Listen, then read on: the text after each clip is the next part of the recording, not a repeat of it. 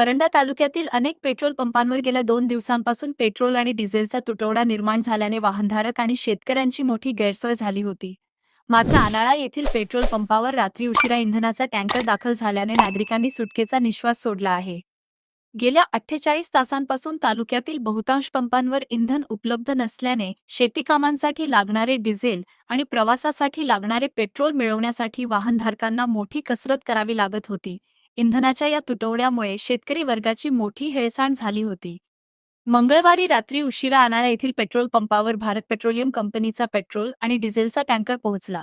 ही बातमी परिसरात पसरताच वाहनधारक आणि विशेषतः ट्रॅक्टर चालकांनी पंपावर एकच गर्दी केली. इंधन भरण्यासाठी वाहनांच्या लांबच लांब रांगा पाहायला मिळाल्या.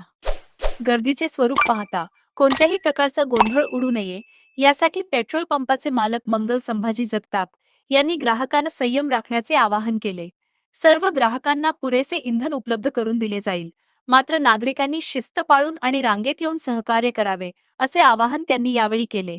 एकमत डिजिटल करिता अझरुद्दीन शेख हनाला. सर, तुम्ही नागरिकांना काय आवाहन करणार आहेत की डिझेल पेट्रोल कुठल्या पद्धतीने घेतलं पाहिजे? स्टॉक भरपूर आहे, फक्त लाईनीनं सिरियल घेणं गरजेचं आहे. कारण काय होतंय, हे एकदम गर्दी आणि कुणी मध्ये घालण्याचा प्रयत्न करतंय. किती सांगितलं तरी लोक ऐकायला तयार नाही. आणि नागरिकांना काय तुम्ही आवाहन करणार आहेत का काय डिझेलचे पेट्रोलचं काय लिमिट आहे का? लिमिट तसं म्हणजे साऱ्यांना पुरेल अशा पद्धतीनं आहे, संपलेला स्टॉक किंवा असं नाही आहे. पण प्रॉब्लेम काय होतोय, लोकांत एक अफवा पसरली आहे की संपलंय. पण पेट्रोल भरपूर आहे, डिझेल पण आहे, पण लोकांची एक पॅनिक निर्माण झालंय, भीती निर्माण झाली की संपलं असं. त्यामुळं विनाकारण रश वाढतो. नागरिकांनी कशा पद्धतीने पेट्रोल पंपावर येऊन पेट्रोल किंवा डिझेल घेतलं पाहिजे? बस शिस्तीत येऊन सर्वांना पेट्रोल डिझेल मिळेल, फक्त लाईनीमध्ये येऊन घेणं गरजेचं आहे.